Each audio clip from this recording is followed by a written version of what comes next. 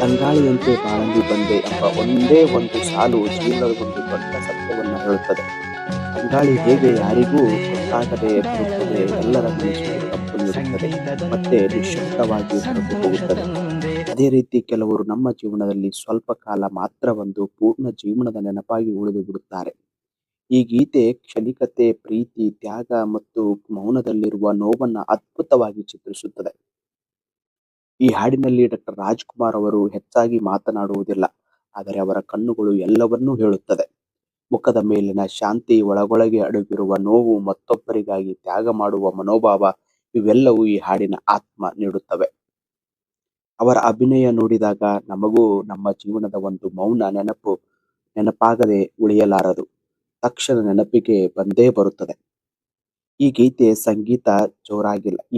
ಸಂಗೀತ ಜೋರಾಗಿಲ್ಲ, ಗದ್ದಲವಿಲ್ಲ.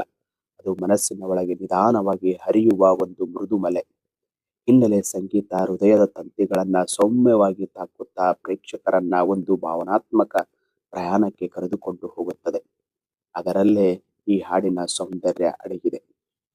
ಜೀವನದ ನಿಜವಾದ ಅನುಭವವನ್ನ ಹೇಳುತ್ತದೆ. ಪ್ರೀತಿ ಮತ್ತು ದೂರವಾಗುವ ನೋವಿನ ಕಥೆ ನಮ್ಮ ಜೀವನದ ಒಂದು ಅಧ್ಯಾಯ.